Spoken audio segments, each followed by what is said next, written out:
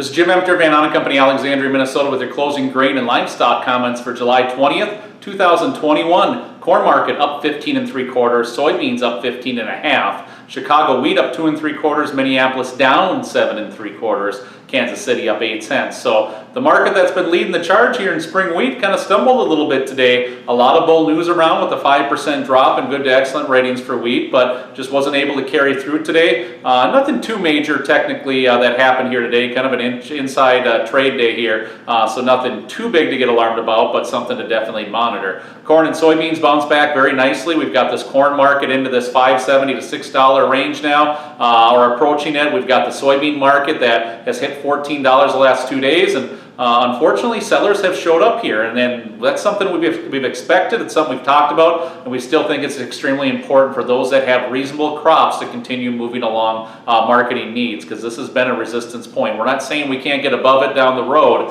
but we believe for right now in this weaker seasonal trend that we could fall back from this area once we've kind of confirm whether we're going to take it out or not. So the next week and a half going to be a big deal. Would not be surprised that thereafter we fade back down and then look for the markets to rev back up sometime in that September-October timeframe, where we potentially could accelerate if the demand shows up and South America has some issues. So strap in, it doesn't get any easier, and volatility looks to pick up. Feeder cattle down 185, should not be surprised with the strength in corn. Live cattle down 47 1/2, hog market up 52 1/2. So back and forth action for the feeder cattle, live cattle, but we're seasonally coming into the time frame where cattle start to fade here, and we believe traders need to be aware of that. Cash undertones remain to hang in there, or at least have hung in there for now. So that's the only bit of encouragement, but need a good export sales week this week to maybe get us back on track of stability. This has been Jim Emter, Van Ahn Co, Alexandria, Minnesota. Trading in futures and options involves risk of loss and is not suitable for all producers. Past performance is not indicative of future results. This is a solicitation. Have a great afternoon.